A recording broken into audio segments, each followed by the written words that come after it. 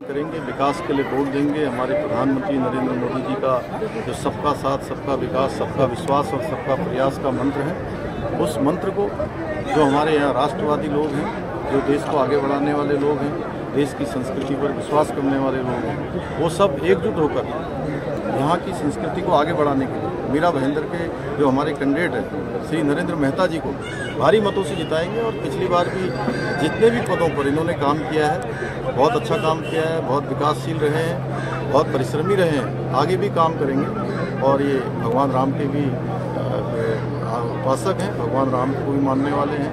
और अभी भगवान राम का मंदिर भी बन गया है। इस बार की दिवाली भी भगवान राम ने वहाँ मनाई है।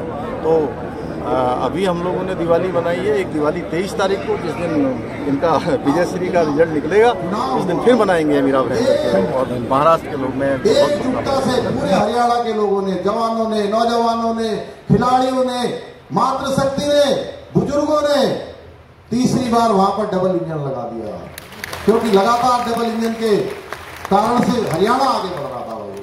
अभी हाल में चुनाव हुआ है, पिछले महीने ही उसका रिजल्ट आया है, हम सब लोगों ने देखा। वहीं हमारे बगल में मेहता जी, हमारे बगल में हिमाचल है, और हिमाचल में जब चुनाव हो रहे थे तब कांग्रेस पार्टी वहां कह रही थी कि हम लाखों लोगों को रोजगार देंगे, हिमाचल को विकास के नए पंख लगा देंगे, हम यहां रात में ही दिन जैसा नजारा बना देंगे। चुनाव का रिजल्ट आ गया, गलती से वहां कांग्रेस की सरकार बन गई, और कांग्रेस की सरकार बन गई तो आज स्थिति ये हो गई, विकास तो छोड़िए दूर, आप नौकरियां देना तो दूर की बात है, जो कह रहे थे लाखों नौकरियां देंगे, अब वहां पर जो तनख्वाह देने के लिए भी, वेतन देने के लिए भी उस सरकार के पास वहां पैसा नहीं है, सारा खजाना खाली हो गया। उन्होंने कहा था महिलाओं के लिए योजना लाएंगे, जवानों के लिए योजना लाएंगे, कोई योजना नहीं लेकर आए। कर्नाटका में चुनाव हुआ, कर्नाटका में भी बड़े बड़े वायदे इन्होंने करे, लेकिन चुनाव के बाद वहां की स्थिति क्या है सब जानते हैं, कोई भी वायदा इन्होंने पूरा नहीं किया।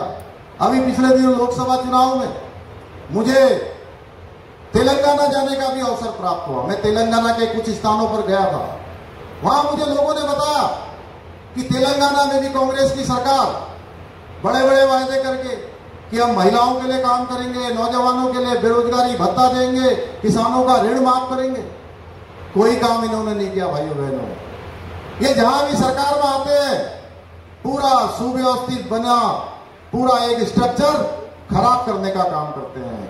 आपने देखा होगा, अगर इनको काम करना होता, अगर ये देश को आगे बढ़ाने वाले होते, तो आज मोदी जी जितना काम कर रहे हैं इतने काम करने की आवश्यकता भी नहीं पड़ती। देश पहले से ही विकास की रफ्तार में तेजी से आगे बढ़ गया होता। इन्होंने अपने समय में कोई काम नहीं किया। 60 सालों तक पूरे देश के अंदर इनकी सरकारें रही हैं, और उन सरकारों के समय में केवल और केवल भ्रष्टाचार हुआ है, केवल और केवल घोटाले हुए हैं।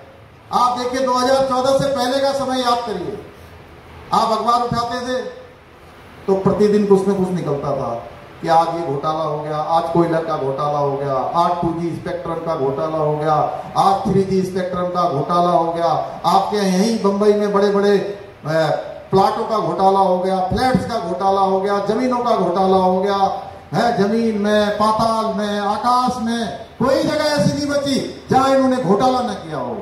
पिछले 10 सालों में प्रधानमंत्री मोदी जी के नेतृत्व में एक भी घोटाला नहीं हुआ है। देश तेजी से आगे बढ़ रहा है, दुनिया के सामने आज भारत का मान सम्मान और स्वाभिमान बढ़ रहा है। पूरी दुनिया आज भारत के रूप का इंतजार कर रही है। 2014 से पहले के भारत की कल्पना करिए कि 2014 से पहले का भारत कैसा भारत था।